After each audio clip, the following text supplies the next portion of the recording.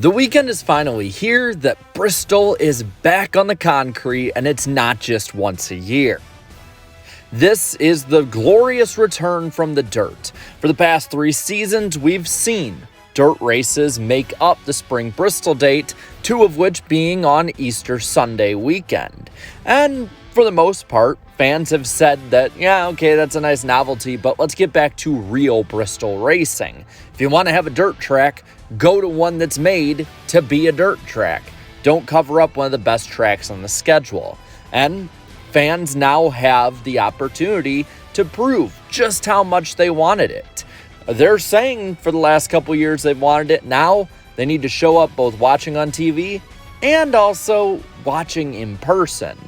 And there's a little bit of hype now building up with NASCAR at the start of this season that I think Bristol has a bit of pressure to live up to. This season has had a good lead-in when it came to the Netflix doc, when it came to hype from outside sources, and now ratings are up for the most part pretty big this year. Yeah, the Daytona 500 rained out, and unfortunately because of that would go down, but since then, we've seen double-digit increases most weeks. Phoenix this past week had a near 20% viewership increase year over year from last season, and even with the racing being kind of lackluster, people still have that happy kind of momentum charging forward into Bristol. SMI also at this point has opened up the entirety of the grandstands, even the turns, for fans to buy tickets at Bristol at this year like they did for the dirt race. This is in stark contrast to what it was back in 2019, the last year that spectators were allowed at Bristol for that spring-summer race.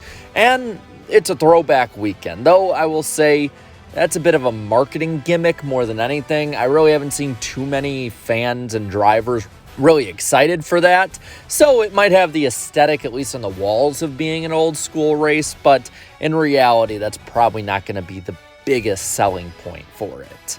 But how is the racing going to be? Because we can talk all up and down about hype, about what it could be, and blah, blah, blah, blah, blah. But if the racing itself isn't good, then what's really the point?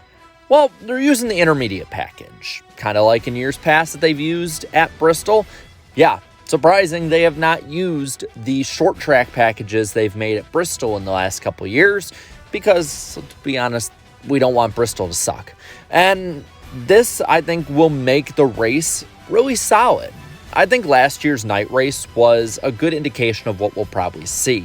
I think it's not necessarily going to be the beating and banging great classic Bristol we've always seen. That Bristol is long gone and probably never coming back. But I think that the racing itself will still live up to the standard that Bristol holds today, which is something that will really help when it comes to a lot of these new fans who have been hooked by, honestly, the really good start of this new season.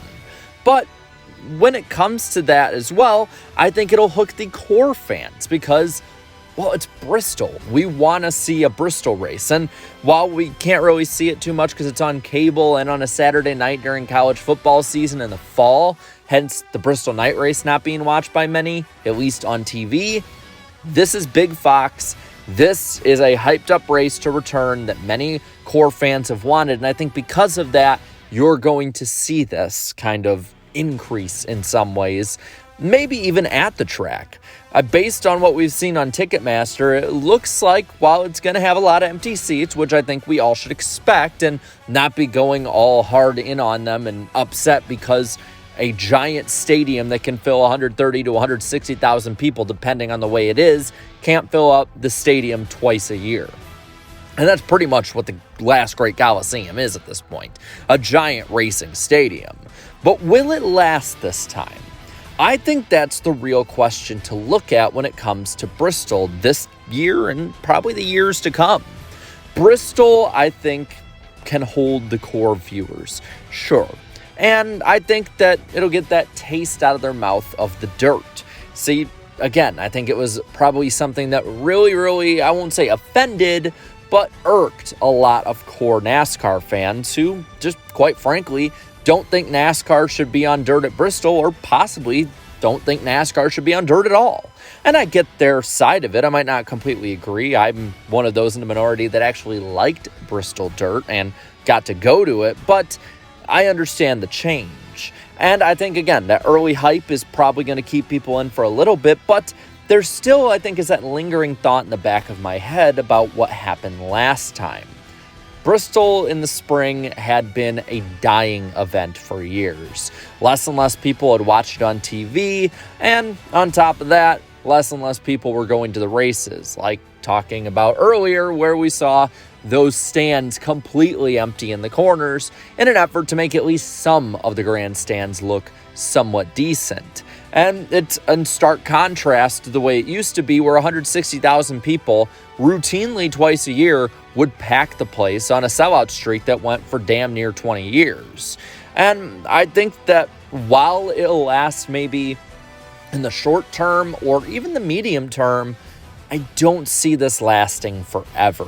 I think that in a way, this is kind of a bridge event or a stopgap into what SMI and NASCAR and even Bristol are really playing for as the end game, and that is the Nashville Fairgrounds Speedway. This is not going to be a track and an infrastructure in the area that'll be ready for NASCAR anytime soon. It is going to be an area that is going to need a lot of political massaging, of renovations, and in general, of getting the entirety of the community, or at least most of the community, on their side. And I think that that's the long-term goal, to keep in that Tennessee market, but have a giant city center like Nashville involved. Say what you want about Bristol, it's in the middle of nowhere, and it shows when it comes to how many people will watch it just on a normal weekend. Keep in mind that the Tennessee hype for NASCAR that Bristol Spring can bring for a few years, that can be kept up when they go to the fairgrounds, and they can still keep the Nashville Super Speedway, which will probably be really important now that you also have Amazon Prime in the NASCAR TV broadcasting landscape, and you have an Amazon facility right there. A lot of opportunities can be made from that, I think. I think that overall, this is just leading to the revitalization of history for the fairgrounds, coming back to NASCAR and also adding another short track.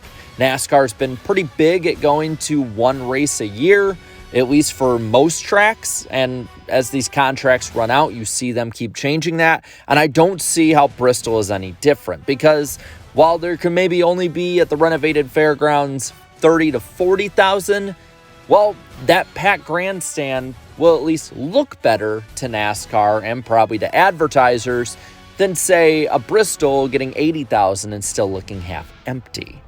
But that's just my thoughts on it and where NASCAR could go. Now I want to know, one, what would you want? But two, what do you think is going to happen?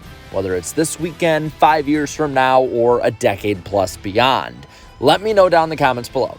While you're at it, leave a like on this video, share this video, and subscribe to this channel for more great NASCAR content. Thank you so much to all my channel members for your continued support. And be sure to watch a NASCAR Weekly podcast tomorrow night on Eric E. Steps channel. Going to be a ton of fun, and we will talk all about Bristol. So, until next time, have a good one.